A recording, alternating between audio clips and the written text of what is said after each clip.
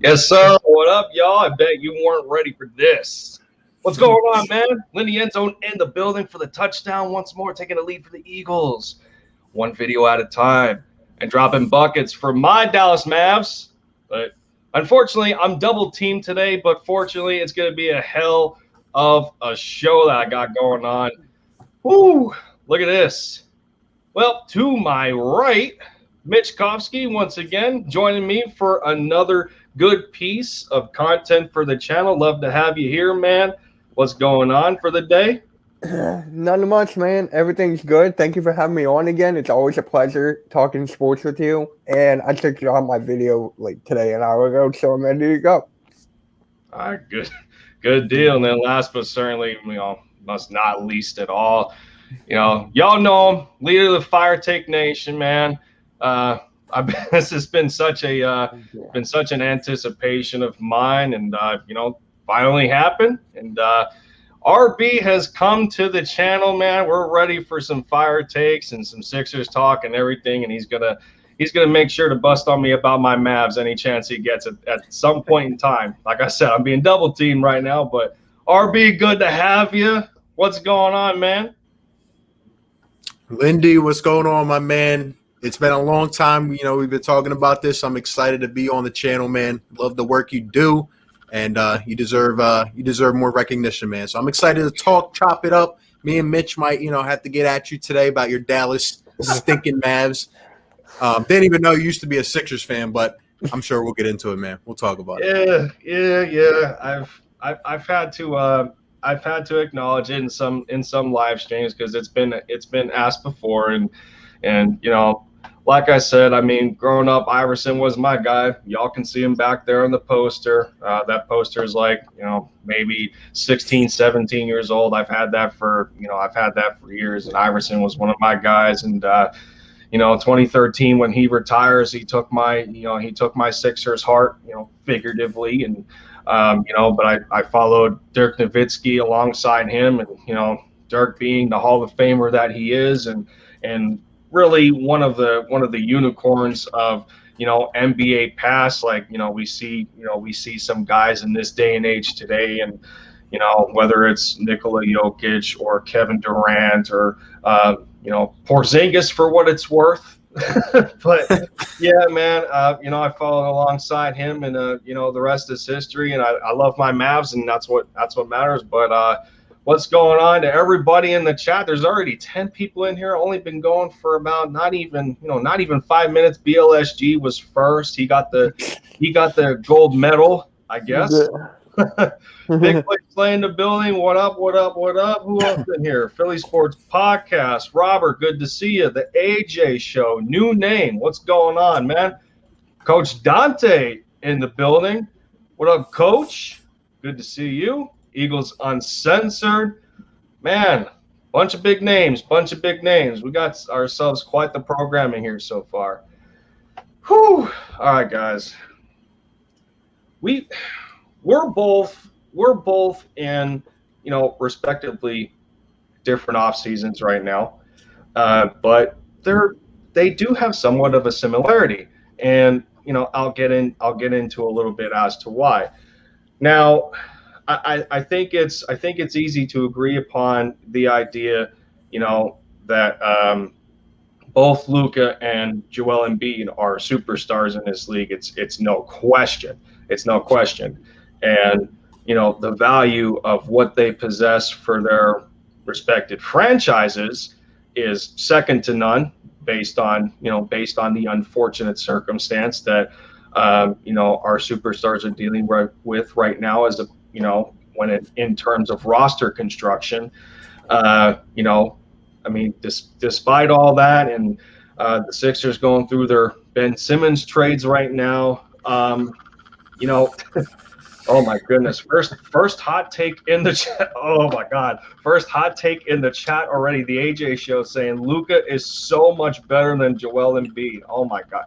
I'm not even. Listen, y'all. I'm not touching that one. Are you trying to get me mad already? Like, no. Listen, I'm not touching that one, y'all. I mean, I can't. whether that was a troll, whether that was a troll take or not, I can't imagine that it was. But it is hard to say because they're two entirely different positions and they do entirely different things for their basketball teams. I mean, that's easy to point out for any fan of the game of basketball or following your team, for that matter. But I mean, back to what I was saying, like what Luka is dealing with right now, between the coaching change and a new general manager, Jason Kidd comes in, who side note, was the favorite of Damian Lillard. That's not to say that Dame was going to come to Dallas now. I'm not going to throw that out there. If that happened, I'm done. If that's done, I'm done with NBA. I swear to God.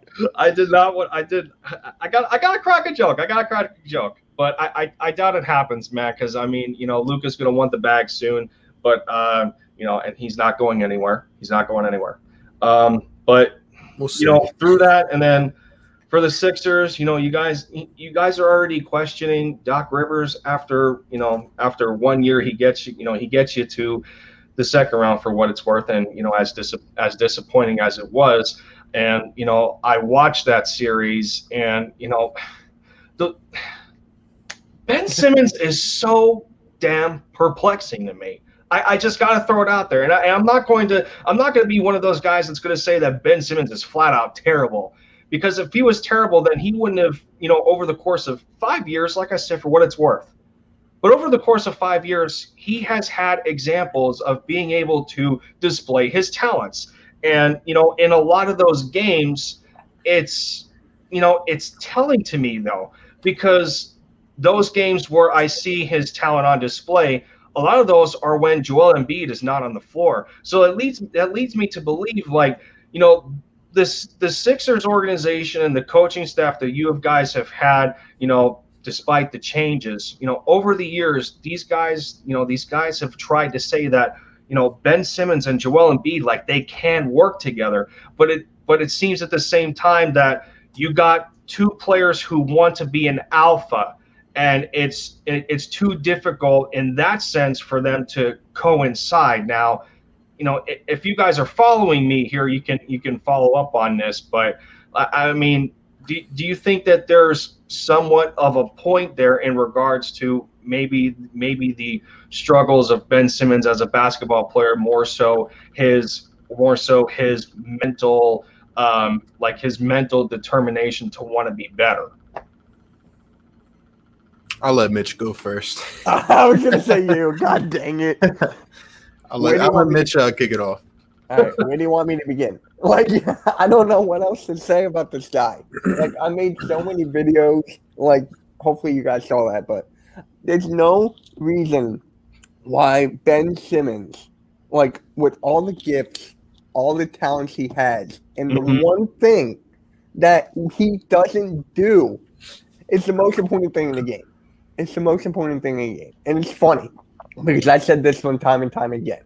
When you learn to play basketball, what's the first thing you do? Shoot. Well, that's the first thing you do. You grab the ball and shoot. That's how I was taught. Yeah, besides dribbling, yeah. Yeah, I mean, that was how I was taught. I got the ball. They told me to shoot from the free throw line. That's how I was taught. So I'm just, like, saying, how does this like, it makes no sense to me. Like, it really makes no sense. Ben Simmons, what else? Like, he let so many fans down.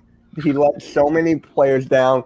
He was one of my favorite players in the league. And even though I said from years ago that this will never work, and he proved me wrong time and time again, and then now it's just like over and done. That pass out a dunk to dive ball for the foul, that was it for me right there.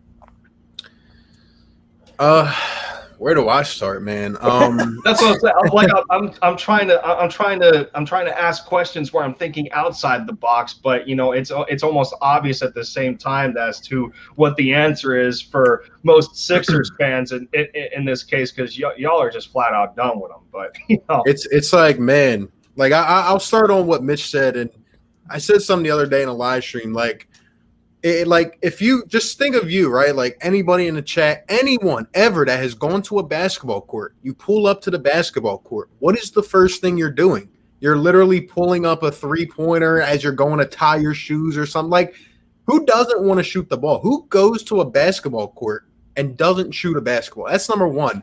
In addition to that, if you're this great, you have all the natural abilities. Just like Mitch said, I've been backing this guy for years and years.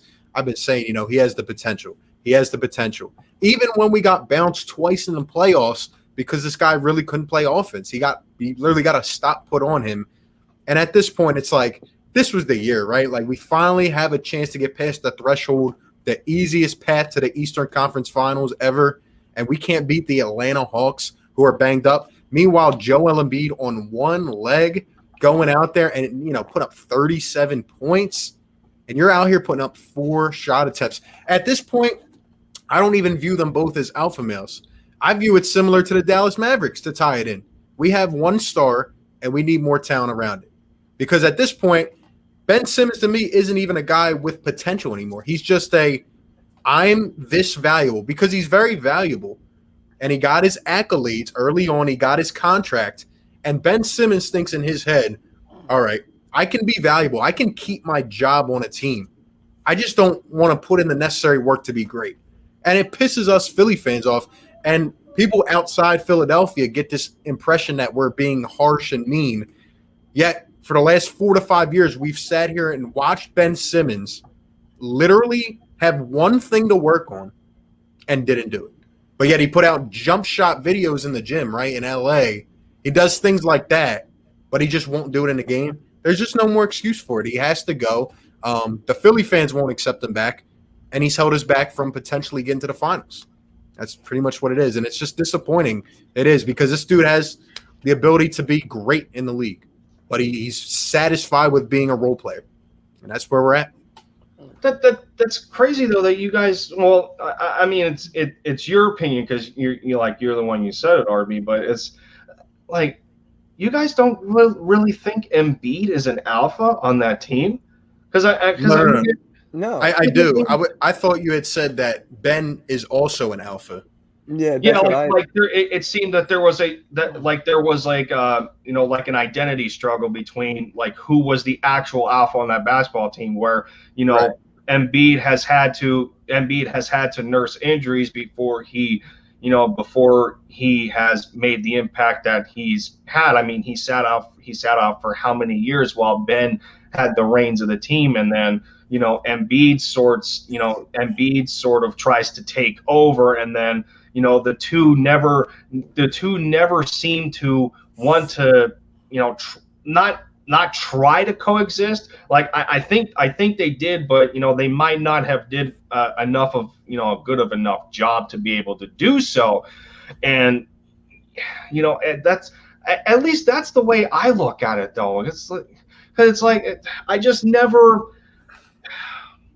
It never occurred to me that those two would be able to work together on the court. But when you're a basketball player, and it's not even to the caliber of the NBA, and over the years of playing, like me specifically, I have come to known, like, playing for multiple coaches, whether it's through school or rec leagues or whatever. I've been given quite a deal of good advice from a lot of them. And over the years, as I got older and I continued to grow and everything, and they made sure to keep me in check and say, like, at some point, because around 12 years old, I was like 5'7", and I was playing predominantly power forward and center.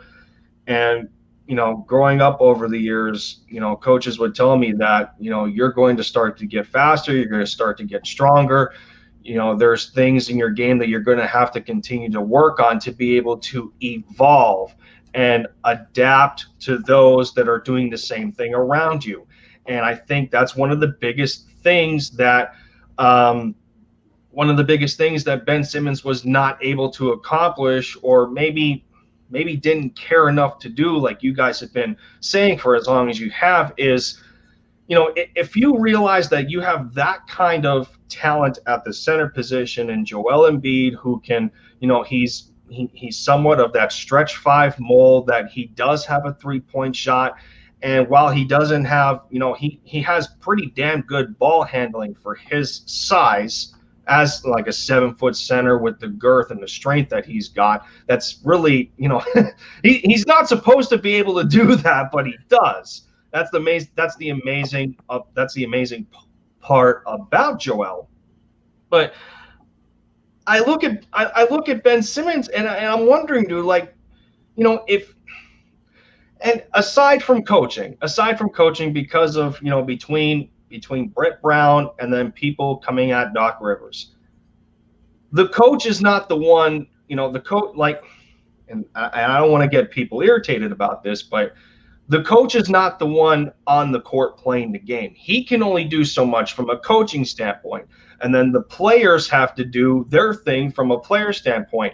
So where does the responsibility come in terms of Ben Simmons, where he's like, well, okay, if I can't necessarily do my thing and my game while Embiid's on the court, how can I adapt to what his strengths are to cover my weaknesses from a team standpoint, and then vice versa on that? And I don't think Simmons has, really taken that into consideration in order for him to reach the next step as far as him being an NBA player.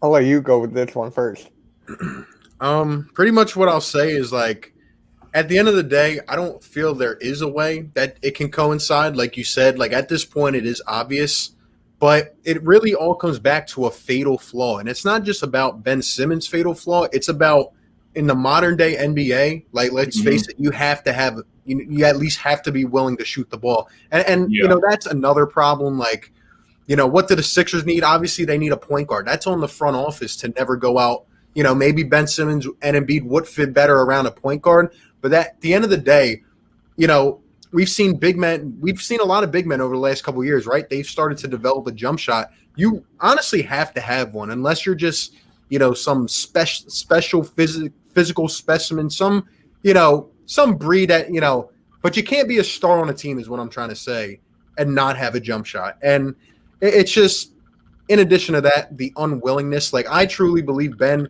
can at least take some jump shots. I've seen it before. He just won't do it. That's even more frustrating. But at the end of the day, I just can't agree that Ben is an alpha. I've seen games before without Joel, and maybe that kind of situation would suit him better. But at the end of the day, when your back is against the wall and you're in the biggest moments and you're getting, a lot of criticism, and you don't have it in you to go to the basket more than 4 times. I know this whole foul shot thing is another thing, but I mean, I don't know. He has some mental hitch or something, but just the optics of it doesn't feel good to me. And the fact that he hasn't even – I mean, we're in year 4 now. We had a chance to go deep in his playoffs, and he won't even pull up from 5 feet. You know what I mean? And it got so bad to the point where he's literally scared. He's scared to play offense. And you just can't have an offense that goes to a championship with 4 players.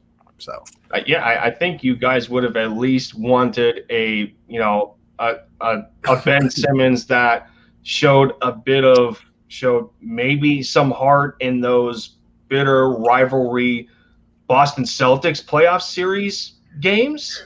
And you didn't even see any of that. Like, in the midst of Embiid, struggling through injury, and then he had the face mask on, and then, it wasn't recommended by, the doctors that he should have played in any of those games. And like those, and I watched those playoffs. They were, man, those series between the Sixers and Celtics, they were bloodbaths. And, for Simmons to not even evolve and then build off of previous defeats and use that as a hunger and as a drive to want to be better, it's just it's almost, I don't know, it's almost unexplainable, because you see the talent, and it's like, why the hell do you have the fear to not be, why do you have the fear to not want to display it? And I'll just add on by saying, like, I agree. It's honestly disrespectful that you literally have all the capabilities and won't. And at the end of the day, like you just explained, like if that's not enough for you to look deep down and say, I can be a great player and also I can help my team get, like, I'm a deciding factor in helping my team get to the championship. Like, this team put a long-term investment in me, and I'm just going to sit here and not get better. And it's not even like he has to revolutionize his whole game. We're asking him to shoot a basketball. It's not like it's not rocket science. It isn't like we're asking him to pull up from 50. It's not like we're asking for 8 threes a game. We're asking you to shoot a couple a game. He won't do it. And back made a back three. to what you said about the coach before I let Mitch go. I hated Brett Brown, but I got to give him credit. He literally asked Ben to shoot 1 3 for every game the rest of the season. He won't even do that. So at the end of the day, I just don't think he has the drive. I feel like, in a way, he might not even like basketball. I really do. It's even worse when you enable the issue. It's even worse. Yeah, I mean, you play this game every day of your life. It is your living. You make $30 million a year, and you got to. Why isn't he taking 300 shots a day? And the crazy thing is, he does do it pregame in the off season, but the game comes like, how can you look yourself in the face and go back to that locker room with Joe and Embiid, who can barely even move, and act like you gave it your all? You know what I mean? And it's now on a national stage, so it's done. It's done here. I want to go back to the coaching real quick, because how long were they defending this guy? Like, if you say one bad thing about Ben Simmons, even one, you're done with. Goodbye. See ya. And I'm telling you, man, it just, like, makes no sense. These are grown-ass men, and they don't take criticism at all. I really wonder how Ben Simmons looks at Twitter every single day. And can you imagine his mentions, his DMs or something? Can you imagine that right now? And just, like, how does that not on your conscience? Like, oh, I let everyone down, not dunking the ball. And it just, like, makes no sense that with Doc Rivers, he was keep on defending him over and over and over again until the very end. He was like, he's got to shoot. So where was this all year long? Where was this all year long? So, and I got to agree with Arpy here with Brett Brown. I thought I would never say this, but Brett Brown, he actually said something like, he shoot a couple, please shoot. Brett Brown, good for you. His high school coach, Ben Simmons' high school coach. I don't know if you guys heard this, but he was like, if Ben Simmons does not shoot 4 or 5 times a game, take him out. And it's just like, is that what we're dealing with now? A superstar max player got to sit down if he's not making any shots or taking any. And then it's just like the 4 and 5 and everything. So, and who was the one that gave Ben that contract? Wasn't it Elton Brand? Right. Yeah, it was. And or at least he's not making the decisions anymore. this is what I'm saying though. Like, it's not crazy for us to have believed in Ben for the last 4 seasons and, not believe that he would do one thing that would help this team out. Like, it's not crazy if you were a Ben believer, but at this point, like, if you're not sick to your, like Mitch said, like, this is why I feel like he doesn't care. Tobias Harris and Joel Embiid poured their hearts out on Instagram. You know what Ben Simmons did?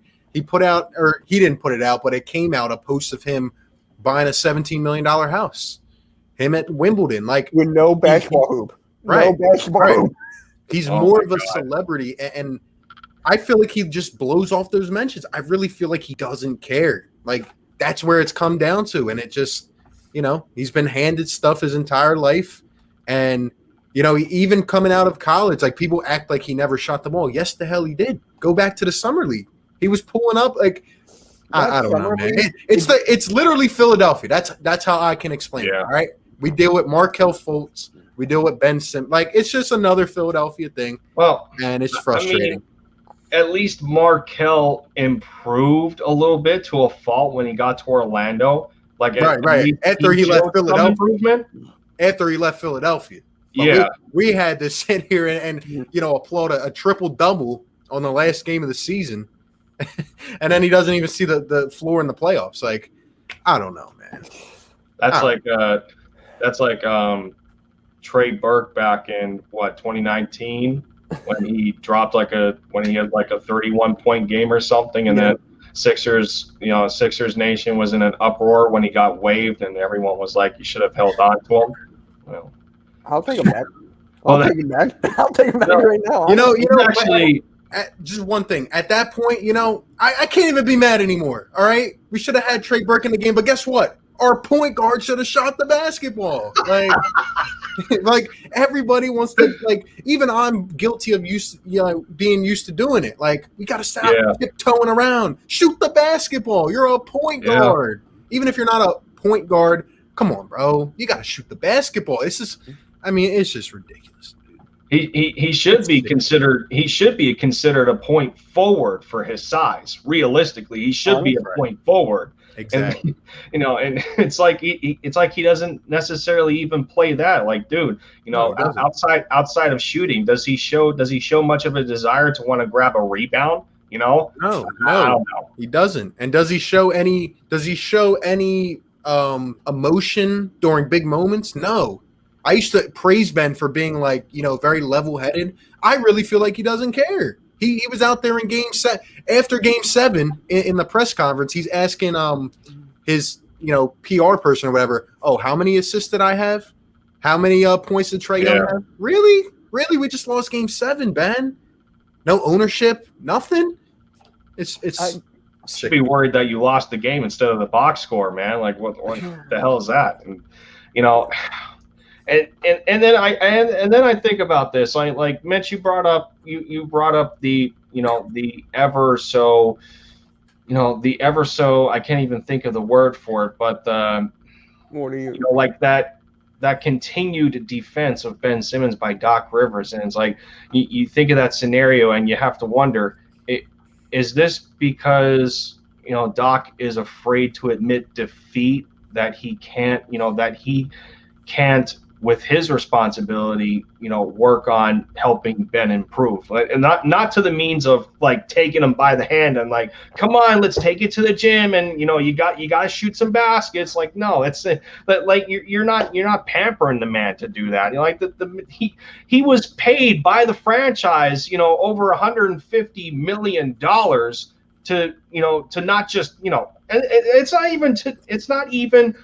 it's not even just shooting a basketball. It's playing the game of basketball. It doesn't even come down to shooting as a whole, even though that's the one big thing that everyone's complaining about. And he's got the defensive accolades and the All-Star selections, even though All-Star selections are predominantly voted by the fans for what it's worth. But I don't know, man. It's just so stupid. And there was a couple of comments in here that I wanted to point out because they really attach to the point that to the points that I'm talking about. And Coach Dante earlier in the stream, he said Vince Carter stayed in the league a long time because he could shoot. Jason Kidd improved his shot as he stayed in the league. LeBron James has improved his shot, and that's just all a part of adaptation and evolution.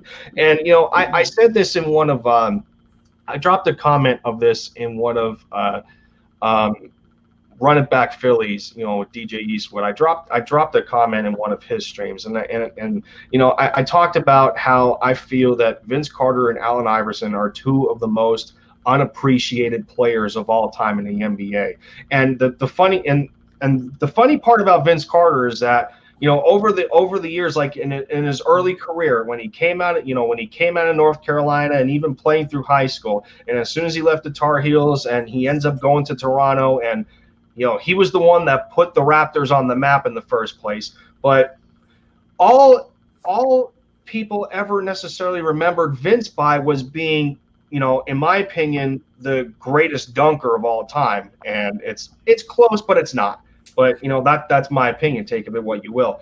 But that's the thing, though. He was always ever remembered for dunking. But people forget to remember that it was either in year 2 or year 3 when he started to work on a jump shot, and his his motion, like, his shot, his motion, it was very smooth. It was very fluid. He was adding a fadeaway to his game. He has a bunch of clutch game-winning three-pointers. No one ever really remembers Vince Carter as a three-point shooter, but he's like top 10 in threes made.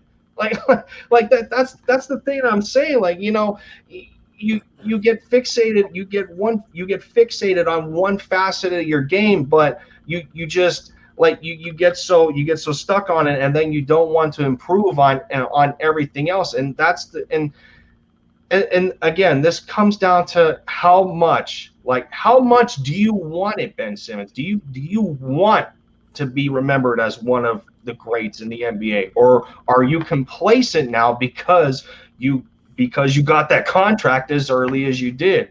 And that's the thing that Sixers fans have been battling for, that have been battling for years, and it's just a shame. Like, AJ Show just said here, he doesn't want to be great. He doesn't want to be with Philly. For some reason, he wants to just suck and make all. Oh my goodness. Okay. Can I bring something up real quick? I just got to bring this up. It's been on my mind for like all week, and I'm still getting these kind of messages on people defending this guy. I'm like, these Sixers fans, bro. RB, please tell me you're getting the same thing I am. Please. I've been getting these since Game 7. This is why I don't read the I've been comments getting that before Game 7. I've been getting that since the beginning of the season. Oh, yeah, all season, man. You got to learn a lesson, Mitch, is that you'll never win against Ben fanboys. Believe me. And most of them are, 10 years old. They have the posters on their wall. You just have to come to realize that you won't win. And that's where I've come. Like, this guy can have the worst game of his life, and they'll come out and say, well, he had, 5 rebounds. Like, he can lose us a series. Oh, but he had 10 assists. So that's just where we're at, man. People will still defend this guy no matter what. And I honestly, the pure fanboys, I really hope they go with Ben to wherever he goes. I really do, because that's not how Philly is. You know what I mean? It's not how we are. It's not, no. And it just makes no sense to me. Like, people are saying, like, the defense is going to suffer. Maybe the defense might go down a little bit, okay? That's fine. It's an offensive game now. Look at Seth Curry. He can't play defense at all, but he drops like 30, 35 a night. He's making some noise. Ben Simmons is like, oh, look, Ben Simmons should have got here. Oh, airball. I'm just saying. I broke down 2 of those playoff games against the Hawks. Yeah, Seth Curry's defense is putrid, dude. It's bad. It's bad. Like, these guys don't know. I don't know. Is it the player or is it the coaching? That's what I was trying to figure out when I broke down these games. Like, is it that, or is it a combination of both? Because they don't know how to hand off assignments when the people that they're defending are trying to exchange through a screen. Like, freaking Korkmaz and Seth Curry are running into each other. No one knows who their assignment is off the pick, and then Trae Young is getting floaters wide open. Like, dude, like, what are y'all doing? Like, even people get so fixated on Ben Simmons, and then you see stuff like that happen. It's like, Let me add on there. I think it comes to a point where, and obviously, let me not, try to excuse Doc Rivers. What he did this season was, inexcusable. But just try to take Ben Simmons out of the equation, right? We were playing as a number 1 seed. Let's be honest. Joel Embiid played the best ball of his career. Tobias Harris played the best ball of his career. Other players, maybe even Seth Curry had one of his best years of his career. It seemed that everybody else was able to fit the mold of the system.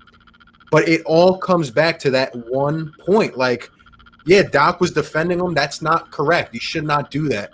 But at the end of the day, I feel if you move Ben and you get a traditional point guard in here, I do think we're going to be a good team. But because, everybody else was able to play consistent and play their best ball. But it just comes back to the fact that one player on the court just can't play offense. And, I mean, that's really why we lost that series, because the Hawks have shooters galore. We didn't have a guy we didn't have a point guard that could create his own shot. We couldn't even run pick and rolls with our point guard. I mean, we were trusting Seth Curry.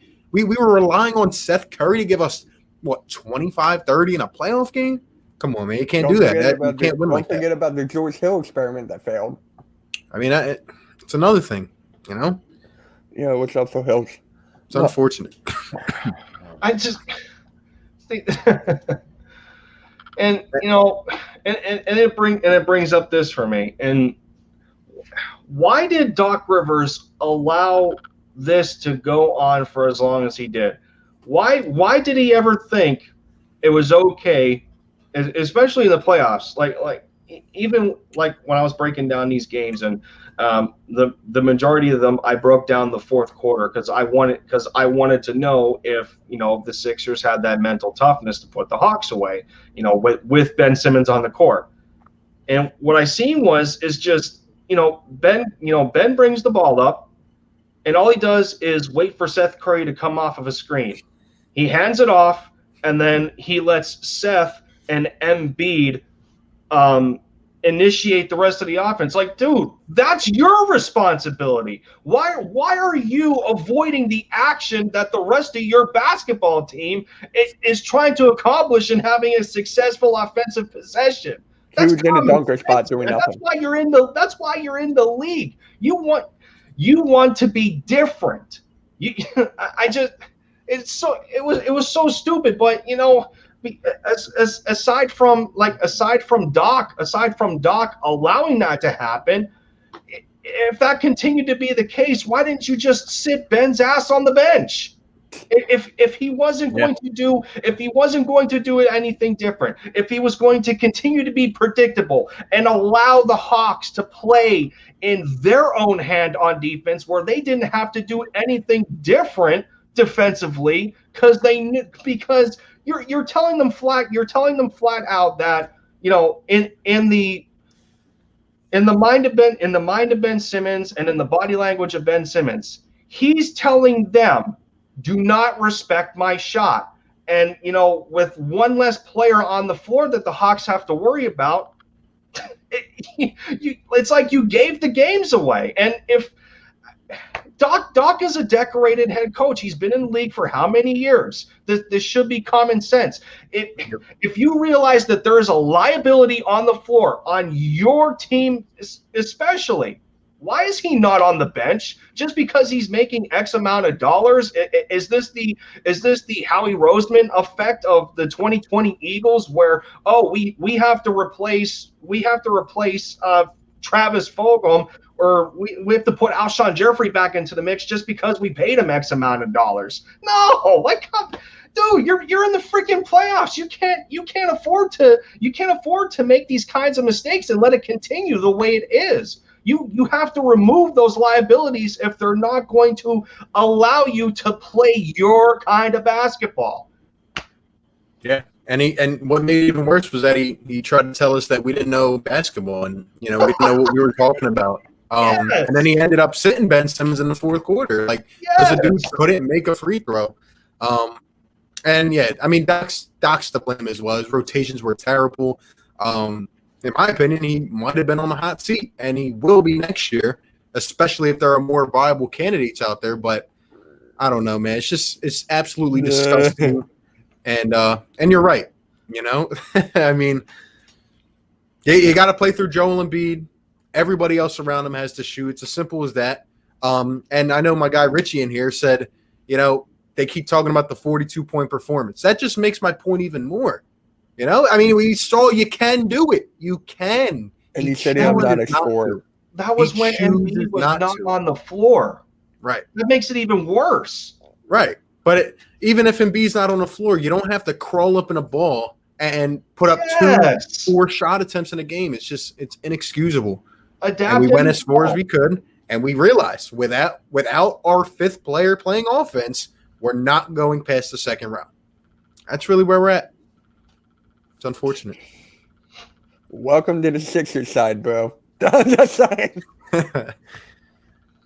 Hey, man, look, be thankful you have Luka Doncic, man. I mean, I'm not even going to go over all the draft picks we missed. I mean, we could talk for hours and hours. Oh, my God.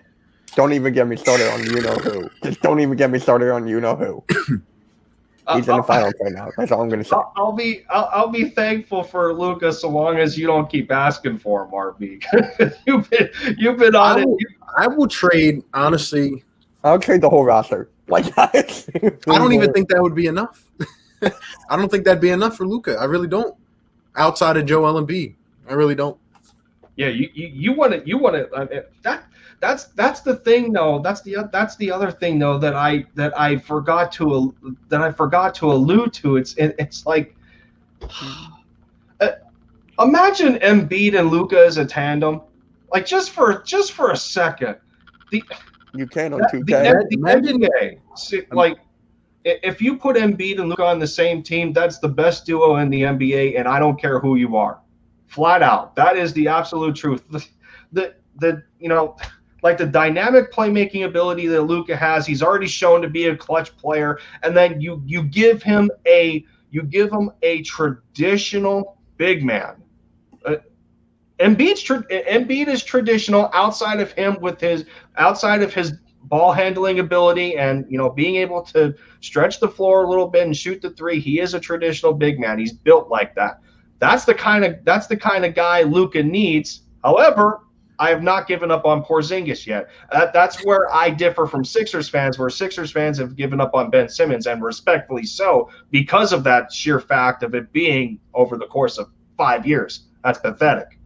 I haven't given up on Porzingis, and the main reasoning is because, and I alluded I've said this in some of my videos before, and I actually got to catch the introductory press conferences today for Dallas with Jason Kidd and Nico Harrison, the head coach and the new GM and president of basketball operations.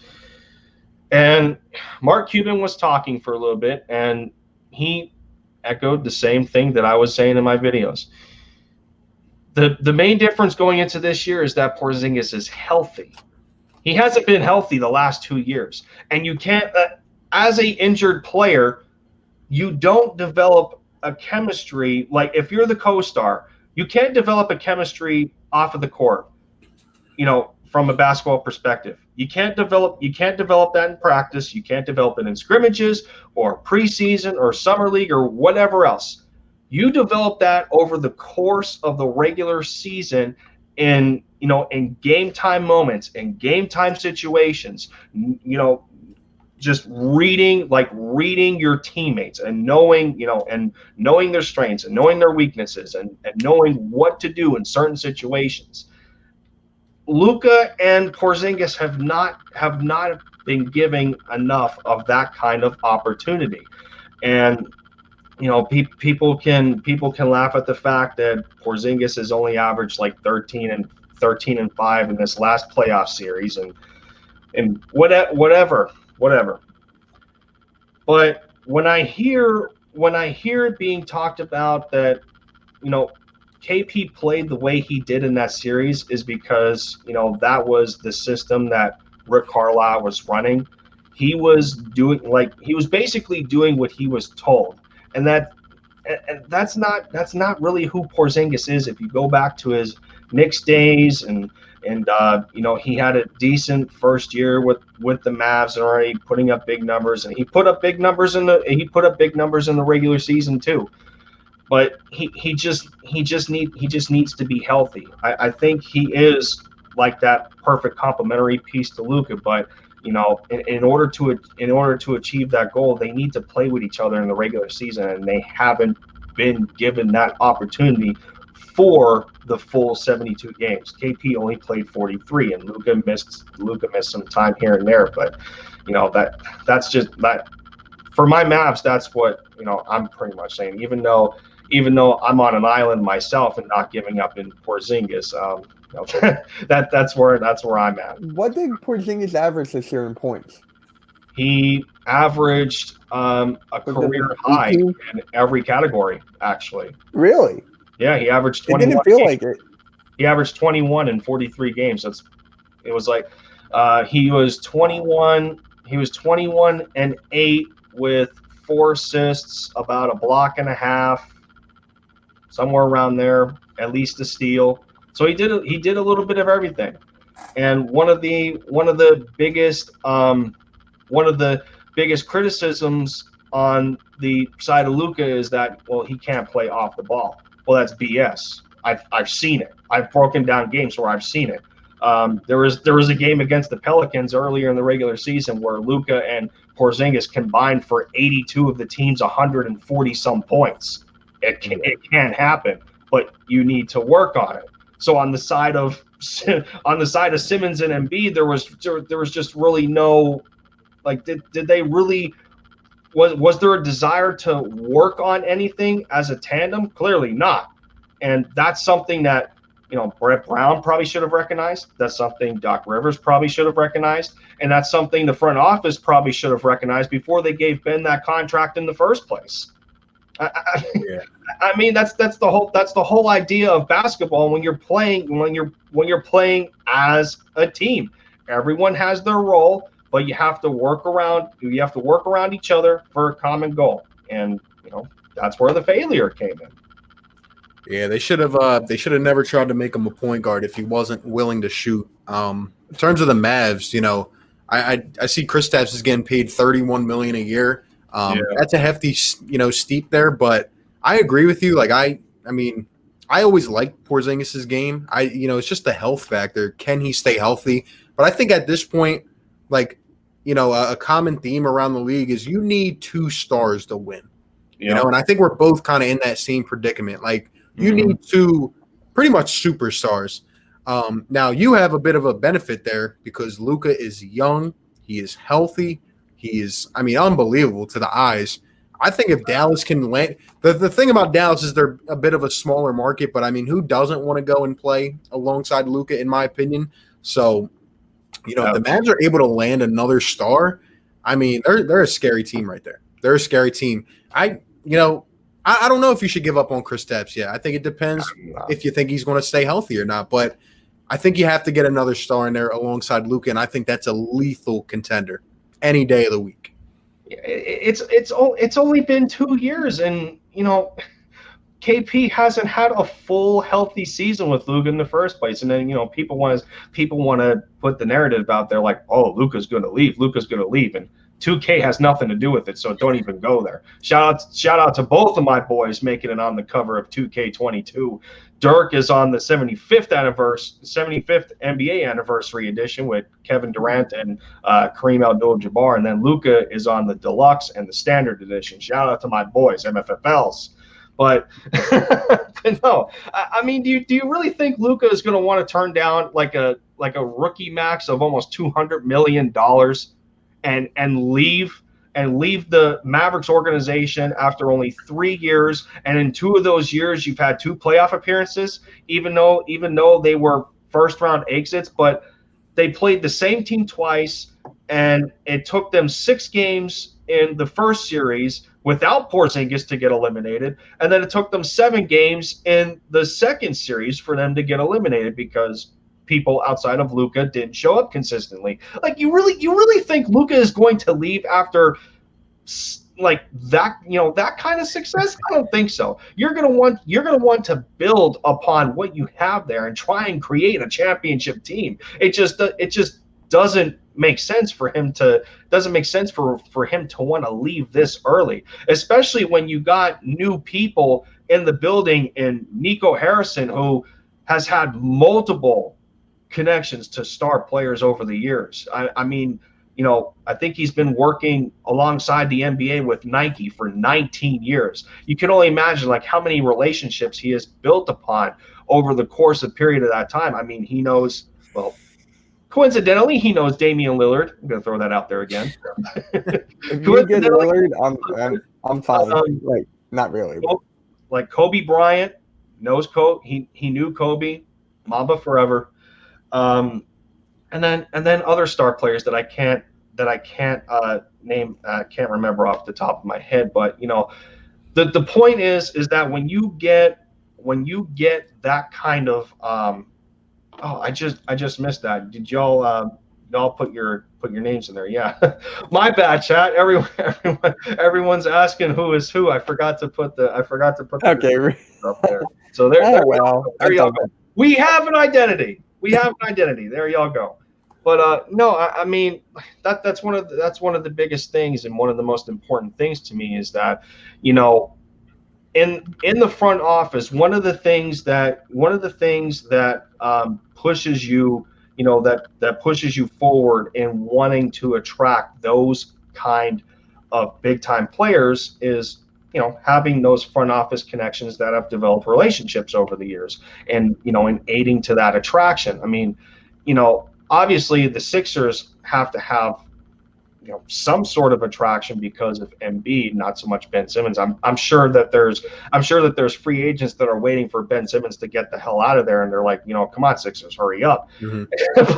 but no, the free agency class is insane. It's like so good. Yeah, it is. Speaking of which, you know, and I'll touch quick on Jason Kidd. I'm actually optimistic about Jason Kidd, even though people want to trash him for his early failures so far, and him not really making it with Brooklyn, and, you know, the struggles in Milwaukee. But Jason Kidd was a part of the development of Giannis, and look at Giannis in the finals now. I'm just throwing that out there. And Jason Kidd was a point guard in this league for how many years? What is Luka to the Mavs? Perfect combination.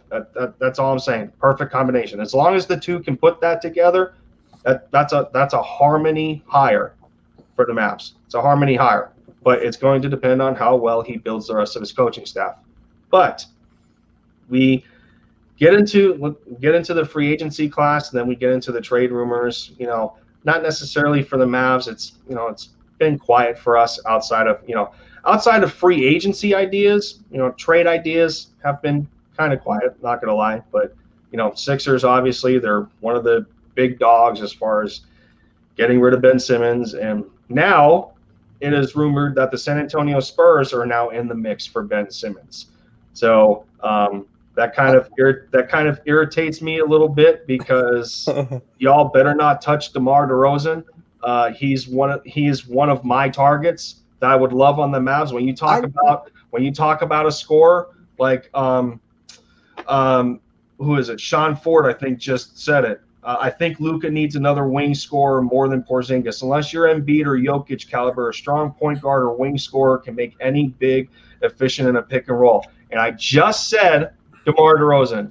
I think DeMar is one of the perfect fits for Dallas. He's a mid-range sniper. He's not a three-point shooter. He only averages about 25-26% for his career because he just doesn't take them.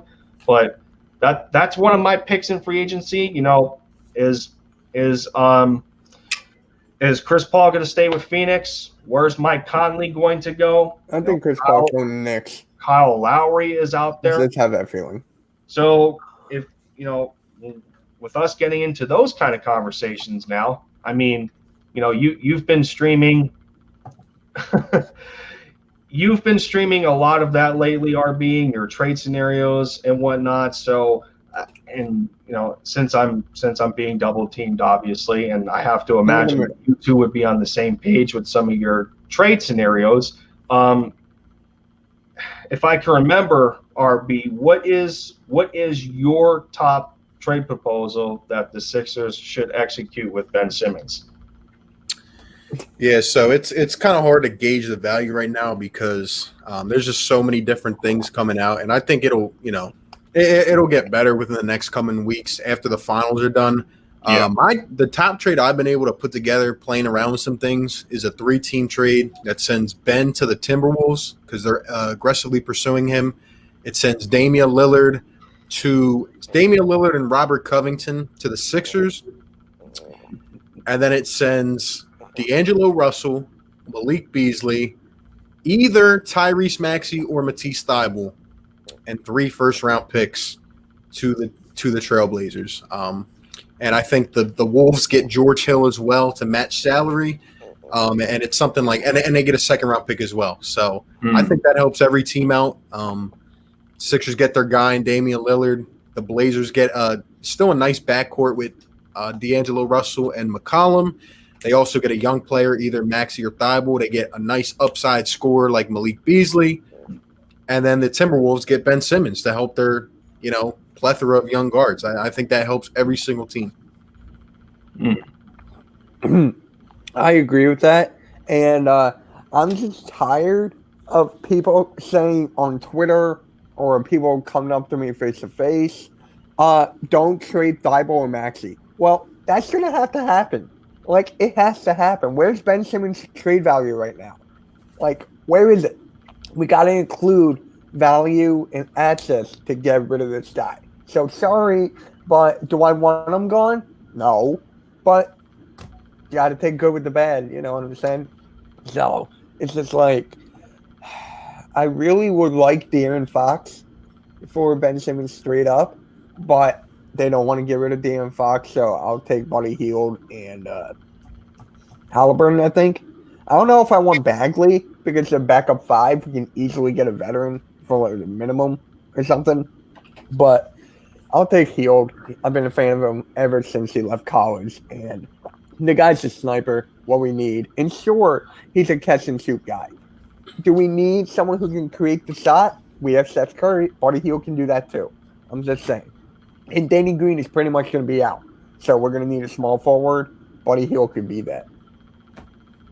Man, we got a crazy audience, y'all. It's been circulating anywhere from 15 to 20 in the chat. There's currently 19 in here right now. Shout out to everyone that has made it in here. Man. Oh, right. Be sure y'all check out these two guys' channels first before mine. I mean, they're the guests. They're the guests on my channel, my scene right now, and stream wouldn't be what it was without these two. So be sure to check out their channels first, man. Appreciate y'all being here, and Sean Ford with another good comment in here. Philly needs a second option because Tobias is a third at best. I'd also be down to wait until the deadline to get Zach LaVine because he's a free agent at the end of next offseason. So, I think I heard you, Arpy, that you don't necessarily prefer Zach LaVine. He doesn't seem to be the kind of he's more of a shoot first guy than he is a pass first. So it doesn't seem to me that he would be the proper fit next to Embiid unless they're not on the court together in certain sets. But a lot of these trade scenarios and a lot of these proposals that you guys are coming up with, at the end of the day, they're all going to be centered around the idea on how well the Sixers construct the rest of their roster during the offseason, including free agency. So it's going to depend if you guys hold on to Seth Curry, and I think it's a guarantee that Danny Green and Dwight Howard are not coming back. So I seen all that, and that's just embarrassing too, man. I'm not gonna lie. Just listening to that was embarrassing. But yeah, it's going to really depend on how well the rest of your roster is constructed. I think before, and I don't know if it's going to make a difference before or after the Ben Simmons transaction, but I think it's really going to depend on how the rest of your roster, shapes out. I mean, you guys need to look for some, competent backup, to give Embiid a rest, so he's not suffering from Luka syndrome and having to be on the court longer than he needs to be because he can't rely on the second group to either maintain a lead or cut into a deficit. Too many times that's happened to the Sixers where I don't want to continue to bring it up, but it has to help set the example. So I mean, outside of the trade scenarios, you guys have any top free agent targets? For me, it's kind of hard to say. I feel like we have to wait until the finals are done till more guys become available. Right now, even if it's bottom of the barrel. I mean, the guy I'm looking at is Kyle Lowry as a fallback plan if a major star doesn't become available, because I know Daryl Morey will exhaust every option, and that's why I'm trusting in him to do so. But just say like a Dame or a Beal or even a Levine. Like, I wouldn't mind Levine. I just don't think he's going to get moved. I don't see why the Bulls would have done the things they've done to then, go ahead and move him. But Kyle Lowry is my fallback plan. I would take Kyle Lowry, try to acquire a forward via trade, and go from there. Maybe keep Tobias Harris, maybe move him. But you're right. A lot's going to depend on what happens with Ben Simmons and who we get in return. So we'll see. We'll see.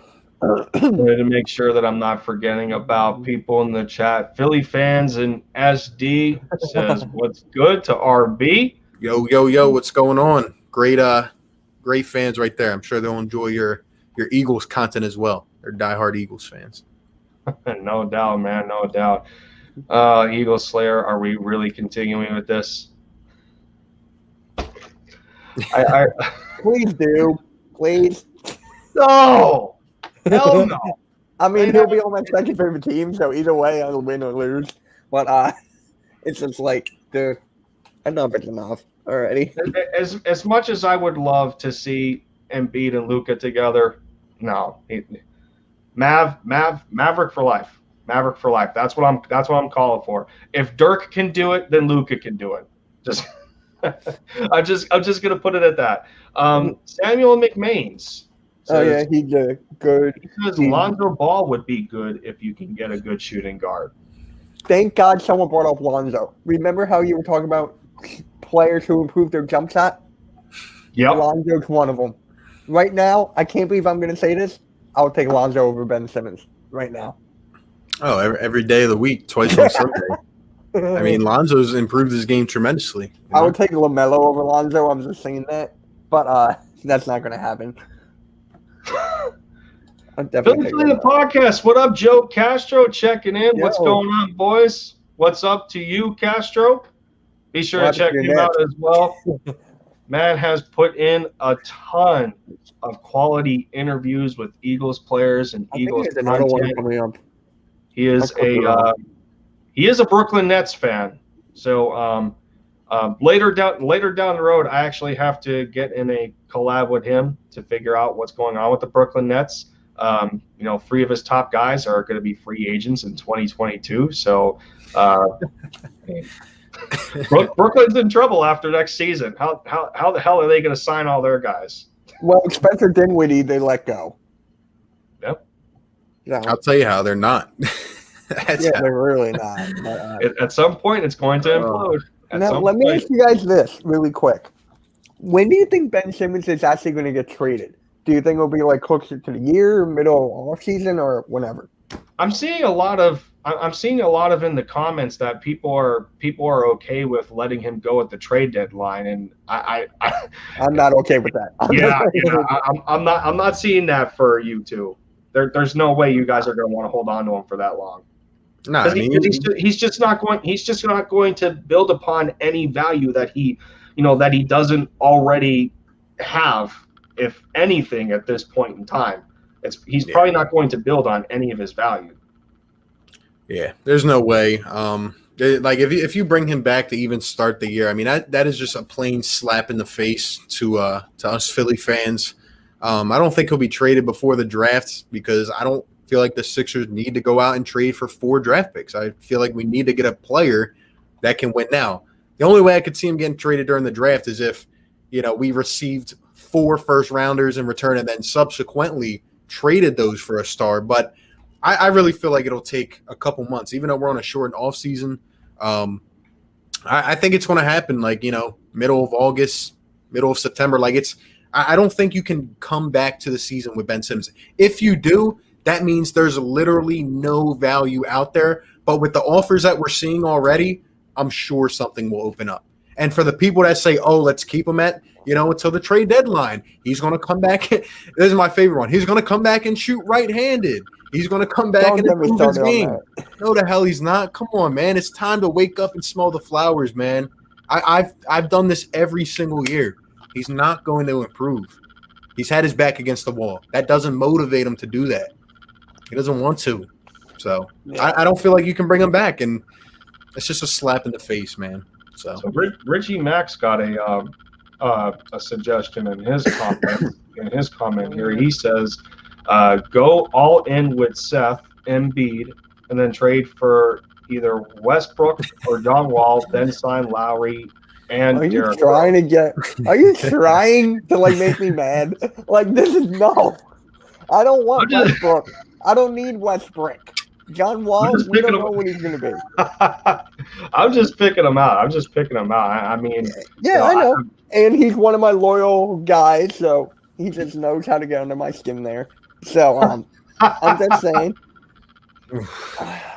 Man, I got a lot of love for Rich, man, but keep me away from John Wall. Please keep me away from John Wall. And in terms of Russell Westbrook and even a lot of people saying about DeMar DeRozan, can we please not bring any other players in here that can't shoot a 3-ball? Please. Can we please get guys? That's exactly what I was thinking earlier. I just didn't want to say it. Yeah, I just can't do that. Like we need a guard that can create his own, really, from deep. Yeah, it's just like for my Mavs when people talk about like we need to continue building upon guys that can shoot the three. Well, that's all fine and dandy, sure, but at the introductory press conference today when Jason Kidd was answering questions and whatnot, he was talking about that. Well, we already have the offense already. We just need more defense, and he's 100% right. And this goes to the idea of a lot of Mavs fans wanting defensive coordinator Jamal Mosley to be first in the rankings for the head coach spot. But and I put him in consideration too. But my red flag with him was the fact that we've been consistently almost a bottom 10 team in defense. And, that's what really hurt us over the years, especially when we would lose. And I think over the course of like a span of a couple years or so, and I don't remember the statistic necessarily, but as of late, I think we have lost the most one possession games in the NBA. And that's just because of a lack of defensive consistency. Like when you're giving up these leads, it's not even about getting blown out. I think when you've had a lead for the majority of a game, and then you blow it either early or late in the fourth quarter, and it ends up being a one possession game, I feel, in my opinion, that that's worse than getting blown out, because you felt that you should have had this game in the bag, and you let it slip away, and you choked or gagged or what have you.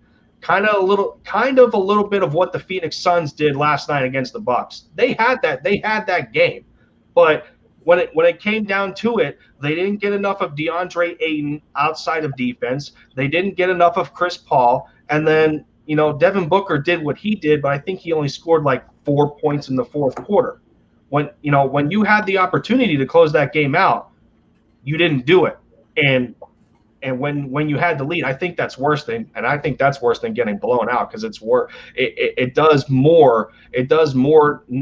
more of a negative impact psychologically after you lose that game than it does just getting completely obliterated. So, but yeah, I agree. Yeah, yeah, Philly fans nest. Nobody wants Westbrook or John Wall. He used to be my favorite point guard when he was on the Thunder. Now it's just like, I don't know which me and point guards. I'm just saying, when he's point guard I like, it's just like, oh. It's just so funny. Looks like everyone's talking about getting real, like, modern day point guards, and that's probably what one of the biggest setbacks was, for the Sixers, outside of Ben Simmons' self-destruction and the enabling of certain people in the coaching staff that shouldn't have allowed it to happen. Outside of that, yeah, I mean, who is the last? Like, who is? I'll let you go. Okay. On the Sixers roster. On the Sixers roster as of right now, and I guess we'll close it out at this, because Arby, I know you got a stream coming up soon, and it's coming close to 7:30, so you got preparations to take care of, and we've been going for over an hour now. But do you guys have a legitimate, like, natural point guard on your roster as of right now that you can just plug in and play? outside of maybe Tyrese Maxey that didn't get the necessary time that he deserved, because of circumstances that shouldn't have happened, or obviously Shake Milton is not that guy. Matisse Thybulle is not necessarily that guy, but when you talk about Matisse and Maxey, those are two guys that are actually building upon their game. But it doesn't seem like you guys have that commanding officer as of right now. If I'm being completely honest, we haven't had a true point guard since 2013. I'm being completely honest. We had Ben Simmons. I'm trying to think. Michael Carter. Who was the next closest? Michael Carter Williams. Michael Carter Williams was, for his rookie year, was pretty good point guard. Right, yeah. He was great, and then he had a shoulder surgery added on to what I said earlier about the Philly athletes, and then he disappeared. And after that, I mean, I think I forget who we had for that 1 year, and then Ben Simmons got drafted. Markelle Fultz was supposed to be our point guard. That never panned out. And here we are. I mean, the last good duo, set of guards that we had was Drew Holiday and Lou Williams, and that was in 2011. And then we had Michael Carter Williams. And really, I mean, we haven't had a point guard. Joel Embiid has never played with a point guard. And that's why I'm saying there's doors that haven't even been opened yet when it comes to Joel Embiid. That's crazy. That's a recipe for disaster, man, because I mean, even the way Jokic played when he didn't have Jamal Murray, and they tried to incorporate something, and they gave, they brought in Aaron Gordon, and then what's their young star's name? Michael something. Michael Porter Jr. Yes. So he ends up getting more minutes, and then Aaron Gordon's getting more minutes, and and then you have a big guy, you have your big man like commanding the offense a lot. And just it just, for what Jokic is, yeah, it may work for him, but it doesn't work naturally for a lot of centers, and Embiid shouldn't be in that kind of position, especially when he's putting his body out there playing on a partially torn meniscus. That's just for a guy that size, you can't have that. You can't have that happen. So Yeah, man. I mean, let's see. We've got a couple more comments in here. Sean Ford going, Maxey is the closest. Shake is more of a scorer. That makes sense. George Hill, don't know, because he was played at the wing. So nah. Yeah, I mean, George Hill is more. He's more. I guess he's more systematic, and he's more of like a. He has his own gadgets to him and stuff like that. More so when you take a true point guard that can do a little bit of everything. Like he's not great in one aspect, but he can do a little bit of everything to make sure that the system itself is flowing correctly. So yeah, he also says there was always injured Jared Bayless, but that's why Ben became the point guard. He didn't even play. God. He didn't even play. I think he retired right. Didn't he retire right after? He stinks, man. Didn't he retire right after?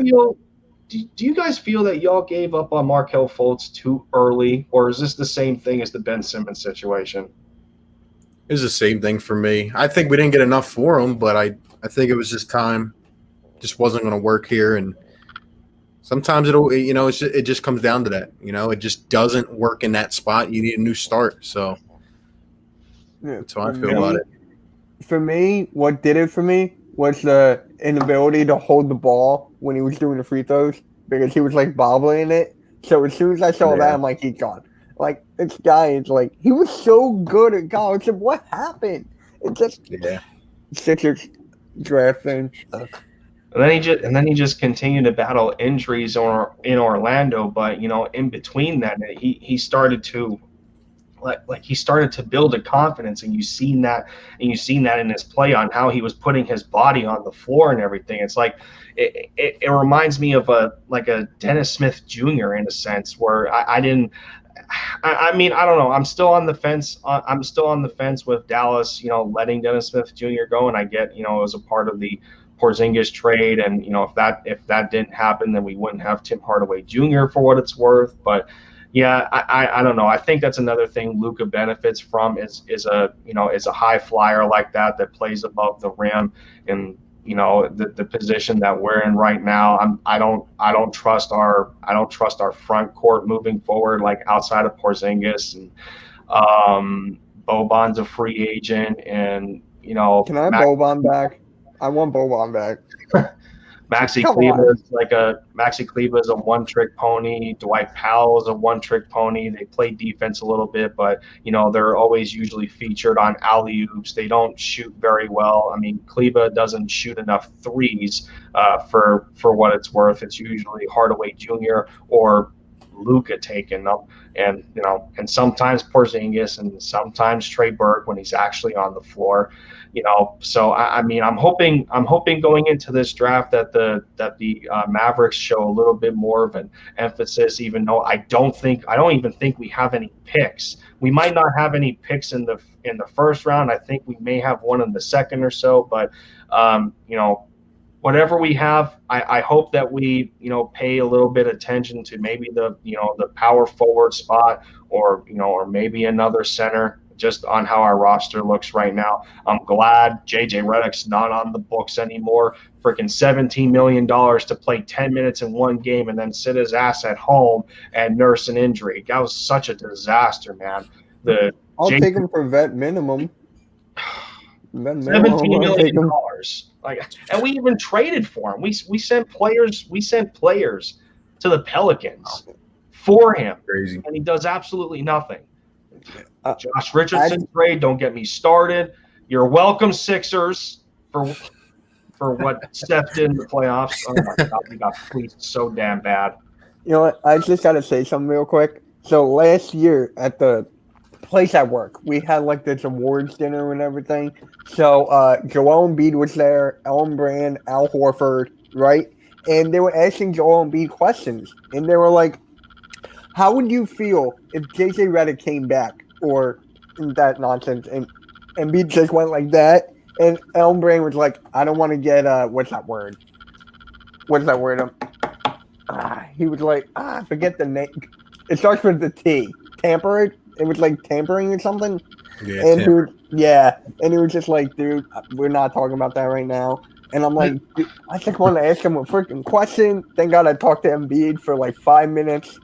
And my neck was up for like 2 minutes after he was done talking to me. How's his catch and shoot? Is he even going to have a catch and shoot ability anymore? I think JJ is going to be turning 37. What use is he going to have? Because that's what that boils down to for him. I mean, he's already better than Ben Simmons at the free throw line. I mean, oh, good Lord. I'm just saying. Yeah, so like food for thought. Josh Richardson got so bad that he actually ended up getting benched at the end of the regular season and then got next to no minutes in the playoffs for my Mavs. So good job, Sixers. Good job. Thanks a lot. I appreciate it. So wait, y'all convinced us that y'all convinced us Josh Richardson was a good defensive player and he would provide. Hey, we thought so too. We thought he was going to be a nice scorer for us. We thought so too. Seth did a lot more for your Sixers than Josh did for my Mavs. A lot more. He stinks, man. How many more years does he have, Richardson? 2? Yeah, I think it's 2, right? It's either 1 or 2 more years left, and I think the final year is a player option, and I hope it doesn't get picked up. Just head on out of Dallas, man. It didn't work. It didn't work. It's a shame. It's a shame. He was good in Miami. I'll give up on Richardson easily, but I'm not giving up on Porzingis. I'm not doing that yet. A couple more comments to read here, and then I'm gonna let RB go. Busy man. Angel 3 goes, my heart will always be with the Sixers. I had the pleasure to meet Dr. J at the Philadelphia Spectrum, which was torn down in 2009. One of my fondest memories. Go Sixers. Man, how about that? Oh, you guys want to see something? Hold on. You guys are going to laugh at this. Hold on. Well, Mitch is doing that. Philly fans and SD says, since Mavs are going nowhere. Ooh, those are fighting words. Let's not go there. We're going somewhere. We're going somewhere. As long as you got Luka, you're going somewhere. He's shown that in 3 years already. Just give us Luka and THJ for Ben and Courtland. What was that? I'm sorry. That's what? great. What was it? I'm sorry. That's almost as bad. Well, actually, that's actually worse than the trade proposal that I made a video on, going through the internet. And I told RB about it a little bit. It was a trade scenario in which the Mavs and Sixers do a little exchange, and we send Trey Burke and Porzingis to the Sixers in exchange for Ben Simmons. Yeah. Tell me where that trade works for both sides. It doesn't. How the hell do you think Embiid are going to work together? Crazy. It doesn't work at all. It doesn't work at all. They shouldn't even put it up there. No. And you guys didn't even get compensation for Simmons either. God bless RB. But thank you. You guys didn't even get any extra compensation, like a 2-player for 1-player swap. No. Yeah. No, that's not going to work. Absolutely not. What do you got for us, Mitch? So, years ago, remember how they would have practice in Camden? That practice arena, RB? So I was there, and Doug Collins signed this. Andrew Bynum signed this. Moses Malone signed this. World Be Free signed this. I'm like, is it worthless because of Bynum now? I don't know what to do with this thing. That's a tough one, man. That's a tough one. I'd have to get rid of it, man. It's Moses, though, and World Be Free. That's true. I can't. Crazy collector piece, man. Yeah. Kelvin Munez says, give me Jason Kidd for Doc Rivers. All right. Here's the thing about Doc. Here's the thing about Doc Rivers. Yes, no? No. I wouldn't. No? You don't want Jason Kidd? I mean, it's too early for me still. It's really too early for me. A lot of Sixers fans gave up on Doc Rivers already. That's the thing with Philly. We give up. I'm still hanging by a thread here. I still am. It's close. But it's just come on. We'll see how it goes next year, man. We'll see how it goes. Oh man. Well, the one thing that we can agree on, even though, I can't imagine that there's any hatred between these two teams. I mean, Mavericks fans don't have a problem with the Sixers whatsoever, from what I know. We're too busy hating on the Spurs and the Rockets because there's 3 NBA teams in one damn state that we So and then the Sixers it's just y'all are doing your thing and y'all are doing your thing in PA. You got really no competition in PA. And the Eagles do with the Steelers. Our closest competition is the Knicks. So I'm just saying. If you want to call that competition. Dude, I got so much hate from Knicks fans throughout the whole year. Throughout the whole freaking year, man. I'm telling you. Knicks fans and Hawks fans hate me. You know what, Phyllis? I think it's safe to say we definitely kicked ass in this, this first trio collaboration stream. There's still 15 people in here. Shout out to y'all for just stopping by for some entertainment. And man, this definitely has to happen again. I think at some point where our teams actually make moves instead of going through their off season. Their typical offseason decisions and hirings and whatnot. Jason Kidd still hasn't finished his coaching staff yet, and it's rumored that Sean Sweeney might be a part of it, or JJ Barea, or Jason Terry might be involved. A lot of former Mavs players. I love Terry. So yeah, I mean, I loved. Well, I'm not going to say I loved the Jason Kidd hire. I do like it, but I do like. I do, honestly. he said all the right things at the press conference, and I do love that he addressed the defense, and he said that, you know, Luka is still growing as a player. He's only 22 years old with 2 first-team All-NBA selections. You know, that's not the here nor there. I'm just going to put it out there because people had the audacity already to try and tell me that Ben Simmons is better than Luka Doncic. Well, yeah, no, that's no, yeah, yes, and it was actually defensed. People tried to defend it too. How? Yeah, I know. Well, I think it's just because Luka is not good on defense and his free throw shooting sucks. But yeah, man, you know, I've been told that. I've been told that Ben Simmons is better than Luka. I'm like, okay, all right, maybe on a different planet, but no. So I've been told that he's going to be the best player in the league in like 3 years.